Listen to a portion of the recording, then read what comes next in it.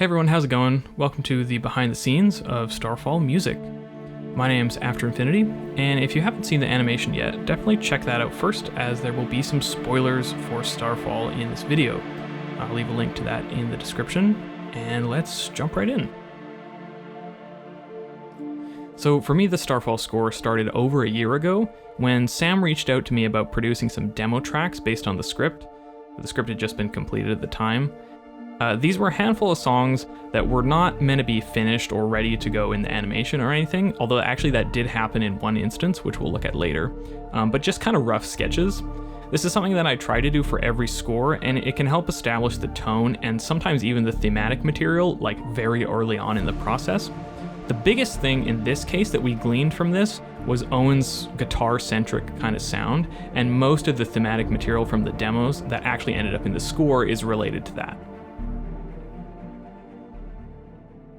So, like I mentioned, there are a few moments in the animation that show off Owen's character and some of his attributes, and the instrument that we chose to underscore that was, like I said, electric guitar.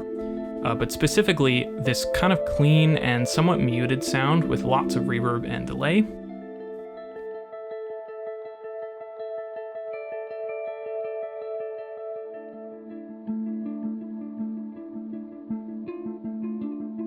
These were recorded on my knockoff Telecaster and processed with Guitar Rig, and his actual core theme is technically based around this arpeggiated D minor sus2 chord, if you want to be very specific, but it gets pitched around and kind of altered to fit the moment each time, so it's not necessarily a theme, but more of just a general feel.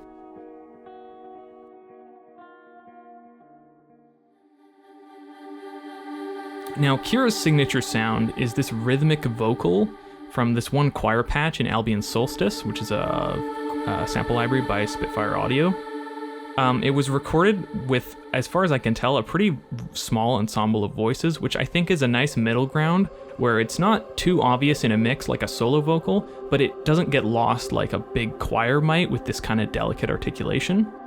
Now, this plays a couple of times through the score, mainly during moments that focus on Kira's scheming and kind of subversive side, and serves as some subtle foreshadowing that there's something more going on with her than is immediately obvious.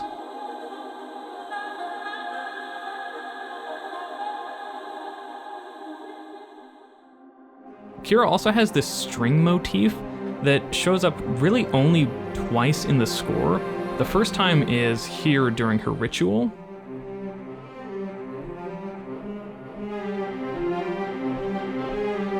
and the second time is right at the end, and it's slowed down, I think, by probably about half, and a little bit buried, but I'll show it in solo here.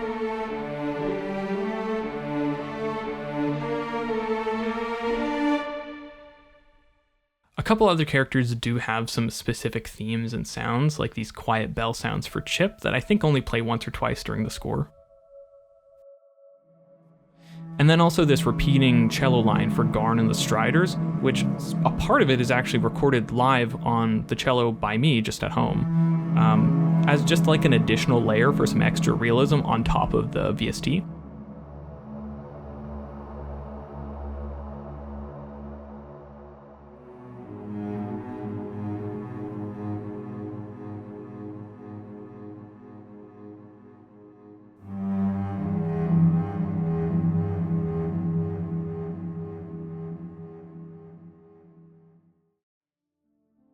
One thing that I did want to note about the score and this whole scoring process for Starfall is there were a couple moments where we made this deliberate decision to just ignore the on-screen action and instead focus on the subtext of the scene. For instance, when Owen initially flies into the Arcturus station, the idea was to have like a big kind of grand location reveal. However, instead, we chose to stay with Owen's character and kind of continue the mood from the previous scene, where he's kind of somber and feeling a little bit sad and frustrated. And I felt that complemented this scene transition a little bit better.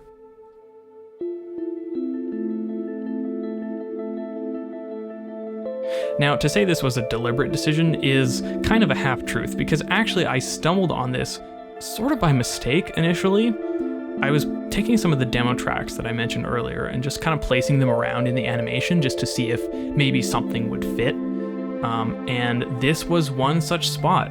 So the song that you hear during the whole fly-in sequence is the only time in the whole score that material from those older demos actually made it in, completely unaltered, into the final soundtrack. So I guess the decision, the intentionality here was more just going with that and just accepting that this is an interesting way to go, and it's different to how we had envisioned it going, but it's maybe actually better, so we went with that. I also kind of took this approach when scoring the betrayal scene at the end of the animation. This one is a little bit more deliberate. After the initial kind of chaos when Owen gets stabbed, I have the music quickly transition from the chaotic feel into something more tragic and desperate.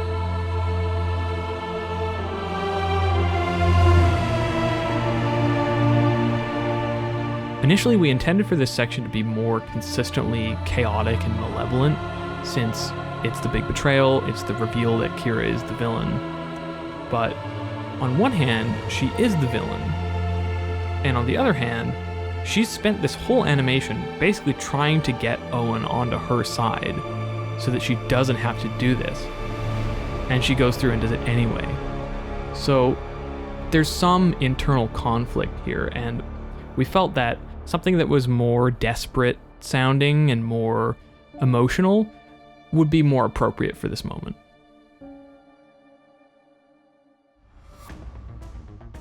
So at this point, we'll talk about some of the more nerdy, specific production details.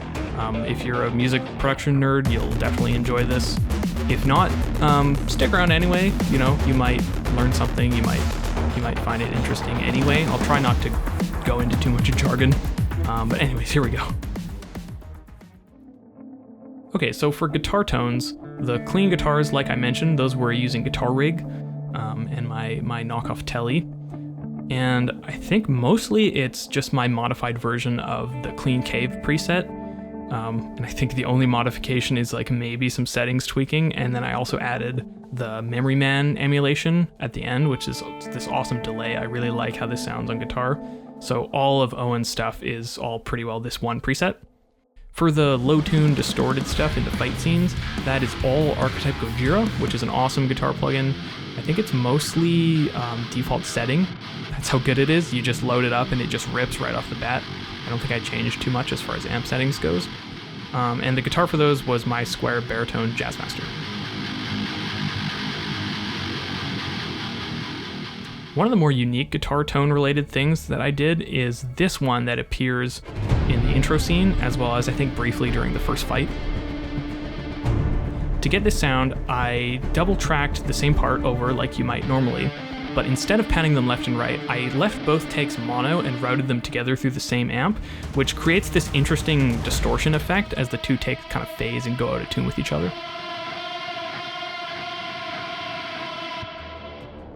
Now, keeping with the fight scenes, there are a few spots where I designed some custom bass synth patches using Serum, which sounds way more complicated than it is because most of them are just pretty simple tones, but processed heavily with various effects chains.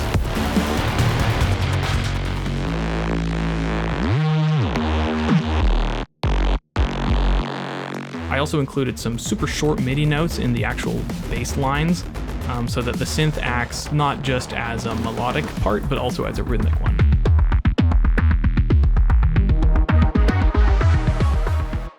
Another moment with some interesting synthesis is this clock sound at the very beginning. I needed something that would start driving the scene rhythmically right away, but was still super subtle, and all of my clock samples were all too in your face, so I opted for synthesizing them using Vital. I did also use a few analog synths on the score, mainly my Dreadbox Abyss, and then also this small little Eurorack system I keep on a stand next to my desk. This is something that I keep also permanently patched up, so while it is modular, it's only modular because I like the sound of these components, and it's not meant for unpatching and repatching every time like you might with most modular gear.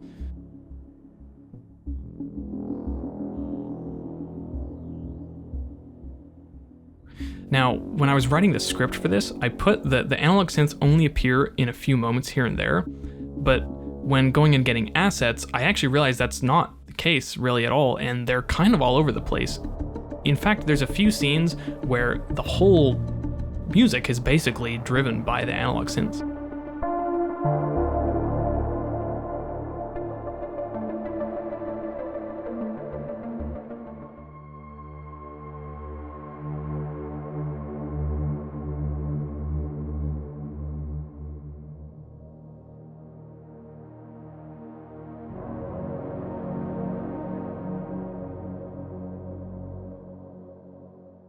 Some notable digital synths were this other synthesizer called the Abyss by Dawson, totally unrelated to the analog one.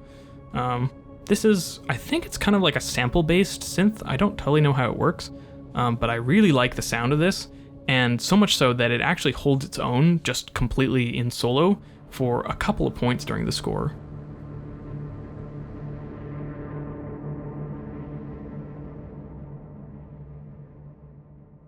I also used the Nifonium, which is an emulation of an all-tube synthesizer. And you can hear that during the landing at Malagor scene, where it kind of plays this low rhythmic drum thing.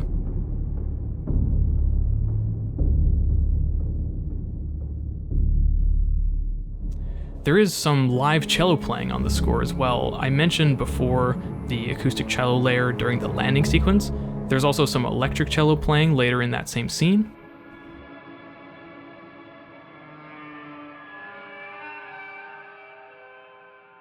There is also this melody line, which I had, while writing the script, had totally forgot about, and similar to the synthesizers, I discovered this when going back into the project.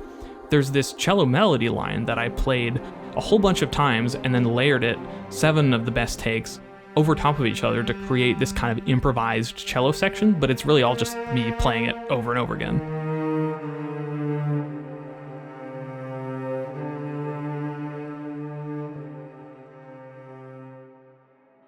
Okay, so that about wraps it up for the music.